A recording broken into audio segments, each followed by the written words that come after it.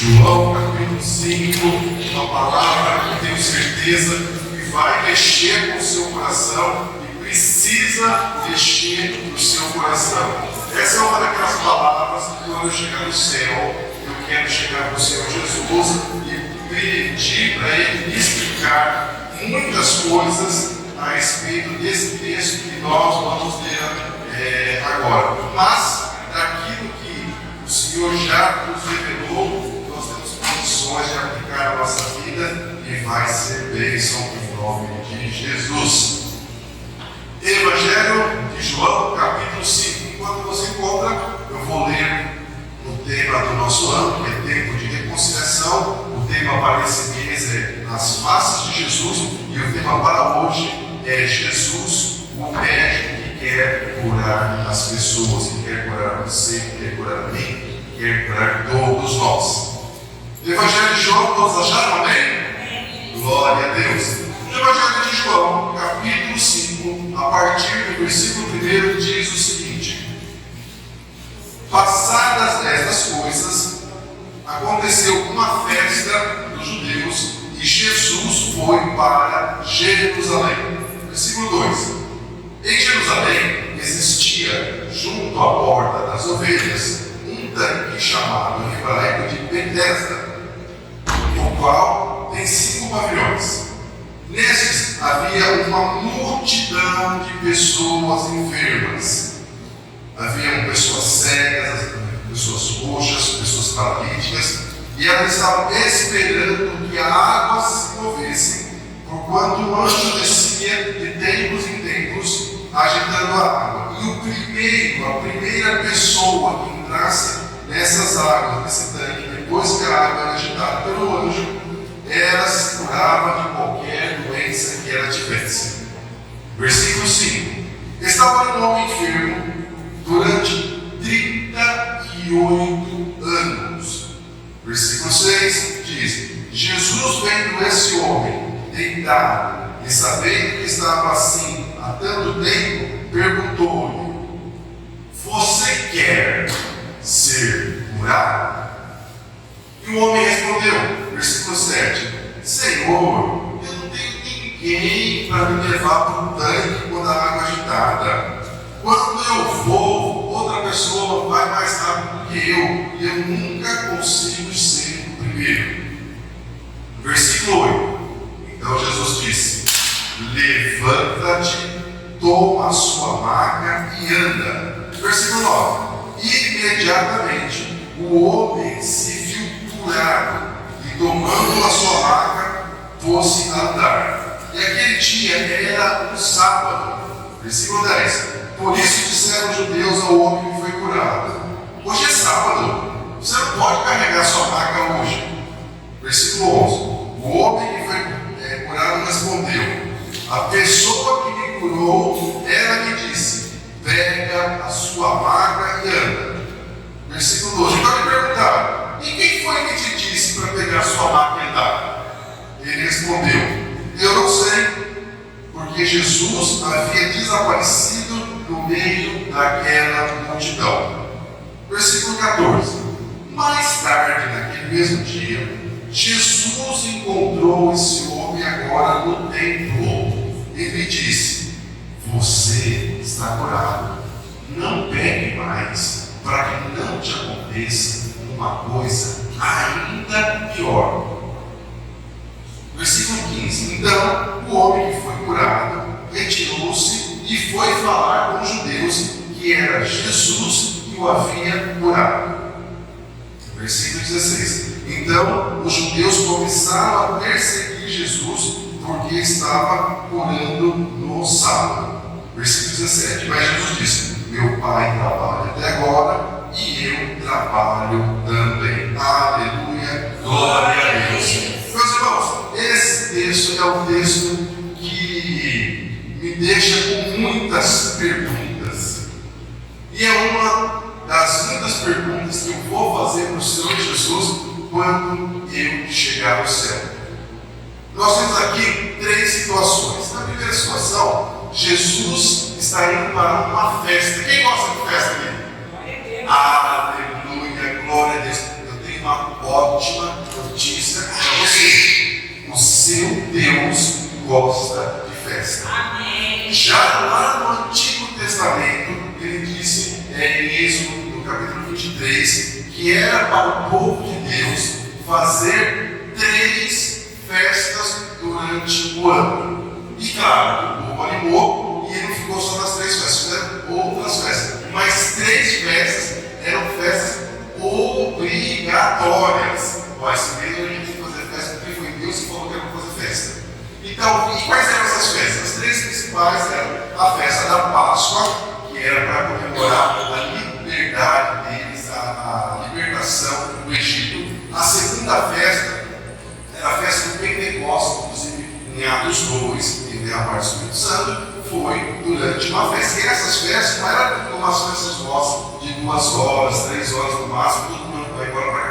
Eram festas de dias. A festa do casamento, por exemplo, que Jesus fez o primeiro milagre, foi uma situação como essa. A festa estava lá vários dias e acabou vindo. E a terceira festa era a festa dos tabernáculos, que era para lembrar os judeus dos 40 anos que eles viveram no deserto, morando em cabanas. Então, por isso que se chama esse nome. Então, Jesus estava numa festa dessas obrigatórias que Deus tinha estipulado, provavelmente festa da Páscoa. Jesus sai daquele lugar festivo e vai para esse lugar chamado Tanque de Betesda. Era um local cercado, um local retangular, que tinha um muro, tinha essas entradas, e tinha lá esse tanque, que era uma espécie de piscina que as pessoas se banhavam. E existia então essa situação que o anjo de quando em quando agitava as águas. Alguns teólogos acreditam que isso era só uma crença popular, que não existia isso. Outros acreditam que sim, que isso acontecia, mas isso não muda o fato. O que muda o fato é que nesse lugar existia uma multidão de pessoas que precisavam de uma cura do Senhor. Jesus entra nesse lugar, ele vai até esse homem que estava há 38 anos, ele faz uma pergunta se esse homem quer ser curado. O homem não responde, o homem dá uma resposta errada. Jesus pergunta: você quer ser curado? E ele dá uma desculpa. Senhor, já está vendo a minha situação, eu não consigo chegar tão tarde, outra pessoa vai antes de mim, eu não tenho ninguém que me ajude. Talvez eu estivesse pensando que Jesus estava se oferecendo para botar ele nas costas e correr quando a água fosse agitada. Mas Jesus não corrige a resposta errada daquele homem. Jesus dá 3 ordens para ele. Primeiro é: levante-se, pegue a sua maca e ande. Então eu não sei você, se você já ficou doente em alguma situação e você não podia se mexer, se andar, quebrou uma perna, teve um problema nas costas, qualquer que seja a situação. Eu já, velhinho, 53 anos, já passei por muitos problemas na vida. Já tive algumas situações assim. Então quando você está ruim e uma pessoa que te fala um negócio desse, soa como um absurdo. Então eu imagino aquele homem que estava há 38 anos ouvindo que era para ele levantar. Só que ao mesmo tempo que ele ouviu essa ordem que era para ele levantar, ele sentiu que ele não sentia há 38 anos, que era a parte das pernas reagindo. Meu pai teve uma paralisia do corpo todo, ele ficou muitos meses sem conseguir movimentar a parte íntima do corpo. E a primeira parte que movimentou foi o dedo, e foi um movimento bem pequenininho, mas isso já foi suficiente para fazer ele chorar. Por quê? Porque para quem não tinha movimento nenhum, e de repente começa a ter um movimento no dedo, significa que está mudando a história. Glória a Deus que foi o que aconteceu e pôde de novo tratar e tudo mais. Mas aqui então, nessa história, o que chama a atenção é que esse homem, ele fica imediatamente curado, ele levanta, ele pega a maca dele, e os judeus que estavam lá, em vez de ficar felizes porque aconteceu um milagre, eles vão do lado religioso do negócio. Hoje é sábado, hoje você não pode carregar a sua maca não, mas pelo amor de Deus, estava paralítico há 38 anos. Para ver como, às vezes, as pessoas não conseguem se alegrar com a nossa vitória, com a nossa alegria. Né? E a gente tem que entender e seguir em frente. Mas o que chama a atenção é que esse homem, ele não conhecia Jesus. Ele não tinha fé em Jesus. Porque ao longo das Escrituras, a gente é estimulado a crer em Jesus, a ter fé em Jesus. E quantas vezes você viu alguém dizendo que não recebeu uma cura porque não teve fé? Normalmente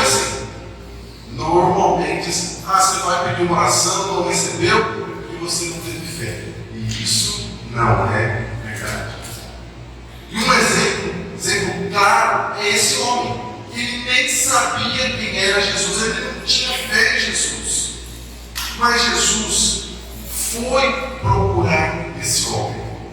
Veja, existia uma multidão de pessoas doentes no tanque de Betesda. Jesus ainda não está em Betesda. Fala com esse homem, procura tão somente esse homem. Jesus vira as costas e desaparece no meio da multidão. Isso já é intrigante. Mas como se não bastasse, mais tarde, esse homem que foi curado, ele vai para o templo lá, o templo que nós conhecemos como o templo de Salomão, que foi destruído. Porque enquanto ele estava paralítico, ele não podia ir. Então agora ele está curado, ele vai para lá. E novamente Jesus vai atrás desse mesmo homem. E Jesus diz para ele: olha, agora você está curado. Não peca de novo, porque senão vai te acontecer uma coisa ainda pior. Irmãos, as nossas doenças não são o resultado dos nossos pecados. Não é. Doença é uma coisa, o pecado é outra. Mas existem alguns tipos de pecados que podem desenvolver uma doença. Eu tenho um amigo que é psicanalista e ele me disse que ele já atendeu pessoas com problemas emocionais tão fortes, traumas emocionais tão fortes, que os pacientes começaram a ter paralisia de perna, de pé. Então, muito provavelmente, o pecado desse homem era alguma mágoa profunda que ele tinha com alguém que começou a fazer mal para ele. Porque a única maneira, meus irmãos, de a gente se livrar de uma mágoa é perdoando a pessoa que nos magoou. Então, talvez você diga, mas isso é justo. A pessoa que comete uma injustiça e faz uma maldade, eu fico ferido e eu ainda tenho que perdoar essa pessoa? A gente precisa perdoar, porque o que ela queria era magoar a gente, não conseguiu. E mesmo que não tivesse essa intenção, mas conseguiu magoar, ela fez uma ferida na nossa alma, fez uma ferida no nosso coração. E a única maneira de sarar essa ferida é perdoando. E quando a gente não perdoa, é mais ou menos assim. É como se você estivesse tomando um veneno e esperando que a pessoa que te magoou que morresse com o veneno que você está tomando. Está entendendo a lógica? Não tem lógica. Porque você que está magoado. Se você não perdoa, você vai continuar magoado. O tempo não vai para isso. O que vai curar é você liberar o perdão. E essa mágoa poderia ser tão forte a ponto de talvez levar essa pessoa para o inferno. Porque quando Jesus fala para ele, não pegue os pais para que não te aconteça uma coisa pior, vamos fazer uma conta. Jesus tinha mais ou menos 30 anos nessa época. O homem que foi curado, ele tinha 38 anos só de tempo que ele estava paralítico. Então provavelmente deveria ter aí uns 58 anos, 60 e poucos anos. Então esse homem não teria mais tempo para ficar mais outros 38 anos paralítico. Muito provavelmente o que Jesus estava dizendo que a coisa pior que poderia acontecer aquele homem que foi curado, se voltasse a pecar, é para o inferno. Entende isso, meus irmãos? Existem situações que, por mais que você que tenha sido a pessoa magoada, se você não libera o perdão, você também fica numa situação que você está se prejudicando. E se você não libera esse perdão, muito provavelmente você começa a alimentar no seu coração um desejo de que aquela pessoa que te magoou seja prejudicada. E isso é pecado. Mas o grande fato é que, quando eu li esse texto, e todas as vezes que eu já ouvi pregações sobre esse texto, normalmente o pastor diz o seguinte: porque da mesma forma que chegou o tempo daquele paralítico ser curado, chegou o tempo também da sua vitória. E eu, quando estava estudando essa mensagem, estava com essa palavra no meu coração, de compartilhar com os irmãos que o dia da sua vitória chegou. Mas eu não sei se você já teve, eu creio que você já teve, a experiência de ter uma coisa no seu coração e lá no fundinho você começar a ouvir o Espírito Santo dizer para você que não é bem desse jeito. A Bíblia retrata histórias de pessoas que passaram muitos anos numa luta, num sofrimento, numa doença. E nós gostaríamos que as nossas lutas, que as nossas dores, que os nossos sofrimentos, que as nossas doenças, elas fossem curadas no nosso tempo. Mas, infelizmente, não é assim que acontece. Por que não é assim que acontece? Porque o Senhor tem tempo para todas as coisas. Veja, o mistério da fé, o mistério do Senhor, nos caminhos do Senhor. Quando Deus perguntou para aquele homem: você quer ser curado? O homem não respondeu. Ele não deu a resposta certa. Mas existia uma outra oração do apóstolo Paulo, quando ele disse que ele tinha um problema, que ele tinha um espinho na carne, e ele disse que por 3 vezes ele orou ao Senhor: Senhor, eu quero ser curado. Senhor, eu quero ser curado desse espinho na carne. Senhor, me cura desse espinho na carne. E quem sabe qual foi a resposta que Deus deu para o apóstolo Paulo? Levanta a mão para saber. Você sabe qual foi a resposta que o Senhor deu para o apóstolo Paulo para essas 3 orações, com a resposta certa de pedir: Senhor, me cura? A resposta do Senhor foi: não vou te curar, não vou atender esse seu pedido. E por quê? Porque é a primeira palavra que vem no nosso coração. Por que Deus não atendeu o apóstolo Paulo? E o Senhor disse: eu não vou atender você, porque a minha graça te basta. A minha graça tem que ser suficiente para você. Amém. E o apóstolo Paulo disse que ele entendeu que aquele espinho na carne funcionava como uma espécie de peso. Sabe a balança que tem 2 pesos? Aquele espinho na carne servia para que o apóstolo Paulo não se exaltasse, não ficasse orgulhoso, enfim, que ele não se perdesse.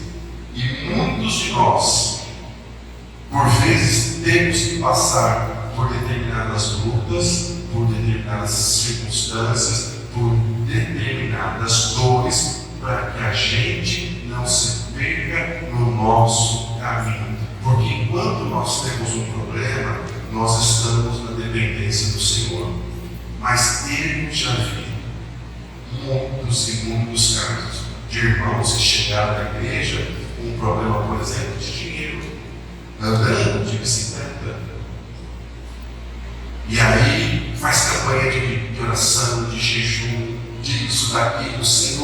vitória, eu preciso comprar um carro, eu preciso melhorar de vida, e não sei o quê, e o Senhor atende.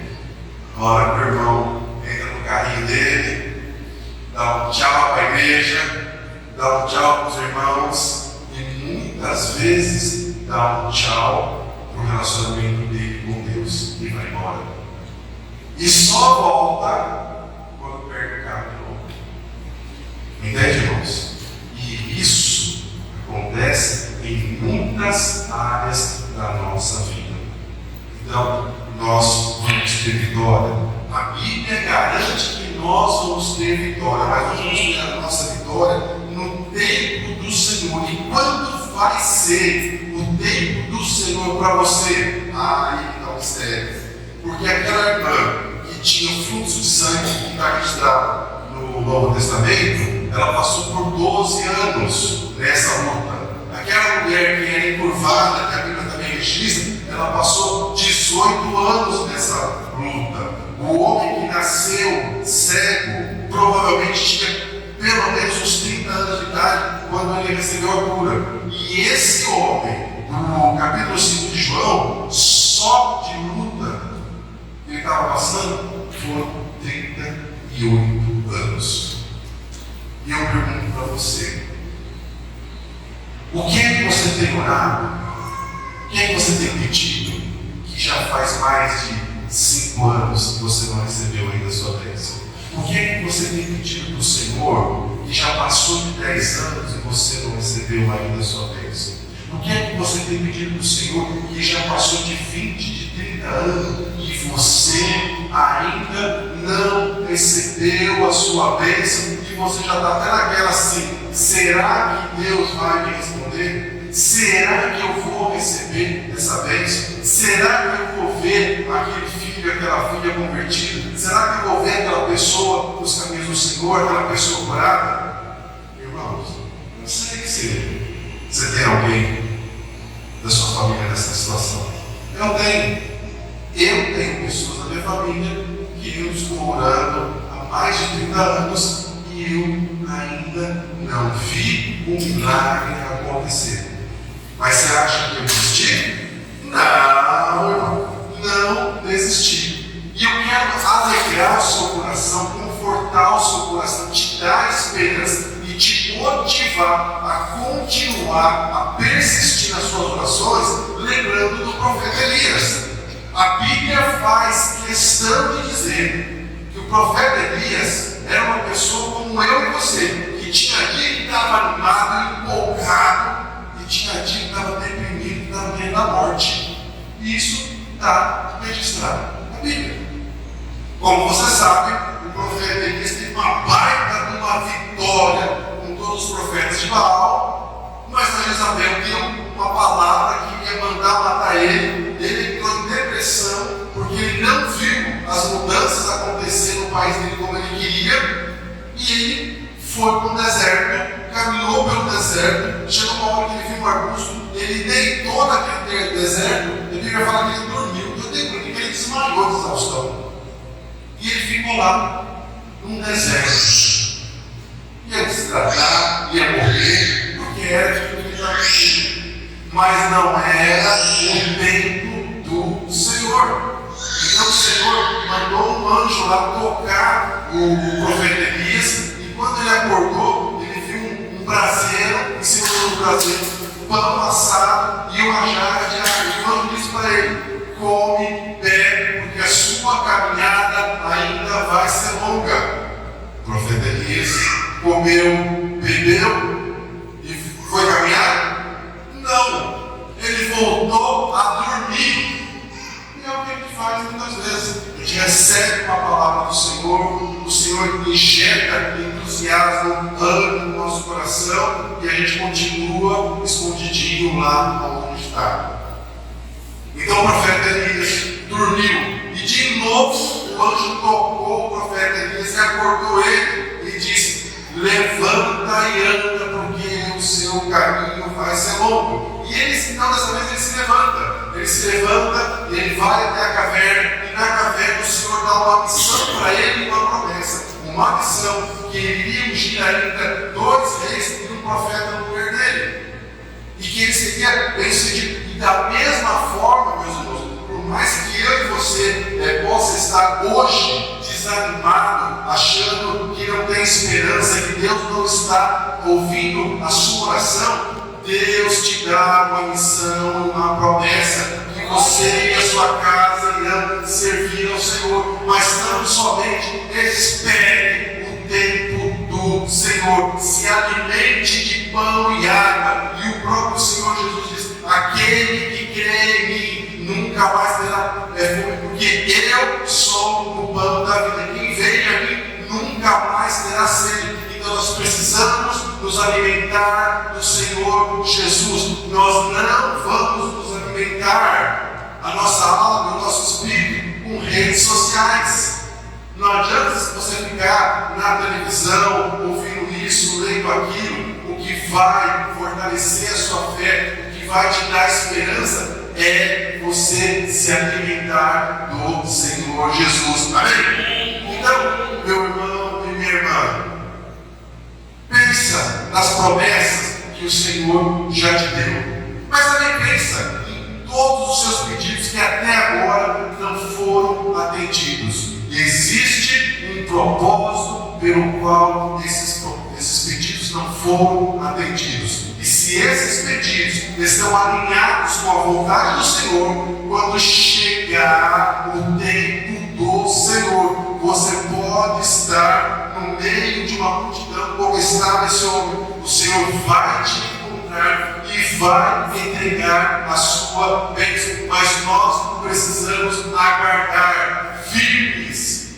convictos de que nós não estamos sozinhos, que o Senhor está nos guardando. Amém? Então é normal você ficar cansado, é normal você ficar desanimado, é normal você achar que de quando em quando que dá vontade de parar com tudo, mas o Espírito Santo vai te lembrar a todo momento que você não está sozinha, que você tem alguém lutando, pelejando com você. O Senhor Jesus está no trono, diante de Deus, intercedendo por você.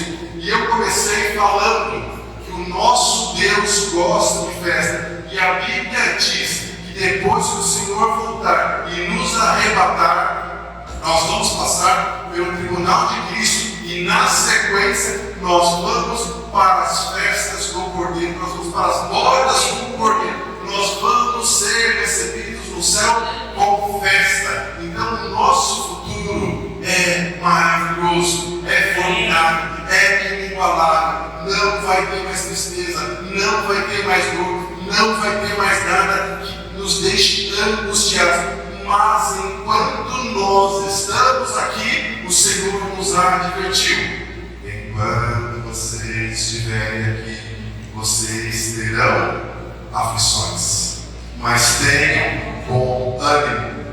Irmã, tenha um ânimo bom. Está tudo ruim, mas você vai trazer ao seu coração aquilo que te dá esperança, que é a palavra de Deus, que no final vai dar tudo certo. Provavelmente não vai dar tudo certo do seu jeito, mas vai ser do jeito de Deus. E o jeito de Deus é muito melhor que o nosso. Então nós precisamos confiar nos planos do Senhor para a sua vida. E no final nós vamos ver a diferença entre aqueles que servem ao Senhor e aqueles que não servem. Então, se você está como o profeta Elias, deprimido, deprimida, sem esperança, talvez seja o caso de você fazer como ele: parar um pouco, descansar, dormir, acordar, comer pão, tomar água, descansar mais um pouquinho, acordar, se alimentar e novamente então voltar para a sua luta. Se você tiver que parar, que você pare não somente para descansar, mas não desista da missão e das promessas que o Senhor te deu. Entende isso, meu irmão, minha irmã? Além dos nossos problemas familiares, das nossas crises emocionais, nós ainda temos uma luta espiritual. Então, de fato, viver é muito difícil. E é por isso que o Senhor fez questão de dizer que nós não ficaríamos aqui sozinhos. E nós temos que trazer ao nosso coração aquilo que nos dá esperança, que no final vai dar tudo certo. Que no final a nossa história, a sua história termina em festa para começar uma nova história gloriosa com o Senhor Jesus. Mas para isso você tem que continuar firme, porque a Apocalipse fala que apenas aqueles que vencerem as suas lutas é que entrarão nessa vida com o Senhor. E nós vamos vencer em nome de Jesus. Então, eu quero dizer para você que existem dois tipos de situações que podem nos paralisar. Nós temos problemas que estão ao nosso alcance de resolver. Se você está paralisado, mas o que te paralisa está na sua mão resolver, você tem que pedir ao Senhor que Ele te fortaleça, que Ele te dê coragem, e você precisa tomar uma atitude, ir lá e resolver o que tem que ser resolvido. É uma mágoa, é uma injustiça, é algo que alguém te ofendeu, libera perdão para essa pessoa. Ao contrário, fui eu que fiz uma coisa muito errada e eu não tenho coragem de ir lá falar com essa pessoa, isso está me matando por dentro. Então, peça para o Senhor te dar coragem, vai até a pessoa e peça perdão. Mas ela tem que perdoar. Se ela não te perdoar, aí já é uma outra história, aí é um problema dela com Deus. Mas você, com Deus, já está resolvido, você fez o que tinha que fazer. Agora, se o seu problema, se a sua dificuldade, se a sua doença não está ao seu alcance, se não é você que tem o poder para resolver isso, você está na mesma situação desse homem no capítulo 5 de João, que estava paralítico há 38 anos.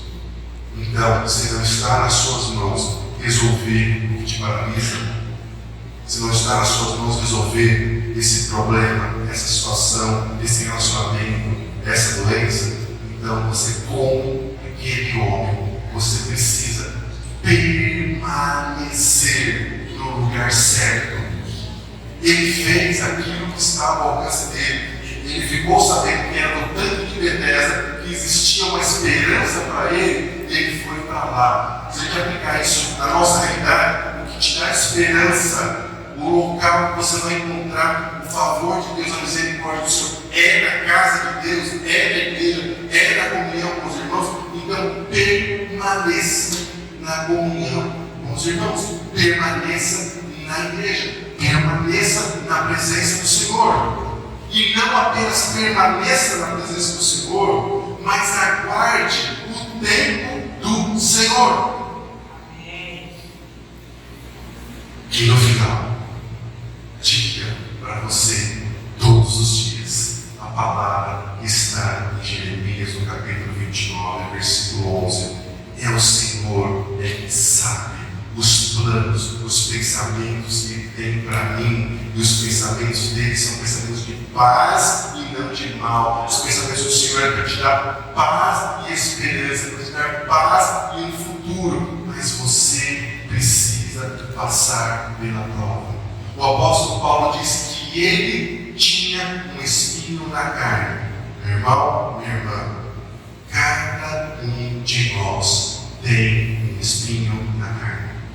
Talvez o seu espinho na carne seja enorme, talvez seja pequeno, mas aquele que tem um espinho pequeno reclama, porque acha que não aguenta mais. E aquele que tem um espinho enorme também reclama, porque dói igual. Não importa se o espinho do outro é maior ou menor, a gente tem que olhar para a nossa vida e saber que nós temos uma luta. uma luta emocional, uma luta espiritual, uma luta financeira, mas nós não estamos sozinhos. Então, você vai sair daqui hoje com essa convicção no seu coração, que talvez não seja hoje o dia da sua vitória, talvez não seja hoje o dia do seu milagre, mas existe uma agenda no céu com o seu nome. Existe um livro no céu contando a sua história. E nesse livro do Senhor já está definido o dia da sua vitória. O que você precisa fazer? Permanecer firme, aguentar firme, até que esse dia chegue, até que a sua vitória aconteça. E ela vai acontecer. Mas você precisa trazer ao seu coração aquilo que te dá esperança. Se você precisar chorar, chore. Se você precisar gritar, grite. Mas saiba, Senhor, eu estou chorando, eu estou gritando por causa da minha carne, porque no meu coração eu tenho convicção que no final o Senhor vai cumprir tudo o que o Senhor disse ao meu respeito. Amém? Glória a Deus. Vamos levantar, vamos orar, vamos falar com o Pai, porque nós precisamos da palavra do Senhor. Nós precisamos nos alimentar de pão e água. Nós precisamos nos alimentar do Senhor Jesus. E Ele nos alimentando, ainda que falte tudo, nós não teremos falta de nada. Pai, nós agradecemos pelo privilégio de estarmos na Tua casa. Nós sabemos, Senhor, que o Senhor é que sabe os planos que o Senhor tem ao nosso respeito. São planos de paz e não de mal, para nos dar futuro e esperança. A Tua palavra declara que os Teus caminhos são mais altos do que os nossos caminhos. Os Teus planos são mais altos do que os nossos planos. E nós sabemos que a Tua palavra, ela tem um propósito. E nós queremos que a Tua palavra encontre no nosso coração em solo fértil. Pai, nós queremos viver todos os planos que o Senhor tem para nós, mas nós nos colocamos diante da Tua presença, para que o Senhor nos fortaleça, que aquela que está cansada, desanimada, sem esperança, que ela saia daqui com o coração ardendo, em chamas de amor pelo Senhor, renovada pela Tua palavra, sabendo que o Senhor está guardando, protegendo, que foi o Senhor que a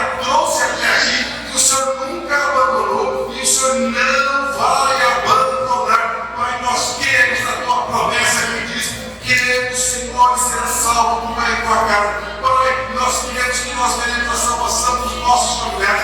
Pai, nós queremos que aqueles que estão doentes no seu tempo serão curados. E ainda que seja, Pai, após a Tua volta, nós queremos nesse momento, nós queremos que nós estamos para sempre com o Senhor, que nós nunca mais choraremos, nós não teremos lágrimas para derramar de tristeza, de angústia, de aflição. E aqueles que precisam liberar perdão, que o Senhor fortaleça para que eles peçam, libere esse perdão, e aqueles que precisam pedir perdão, porque eles também procuram as pessoas que peçam esse perdão. Senhor, nos dê uma semana de graça, de vitória, de bênção, que nós possamos sentir a Tua presença em nós e sobre nós, e que o grande amor de Deus, a graça do Senhor Jesus e as consolações do Espírito Santo estejam com o Teu povo hoje e sempre.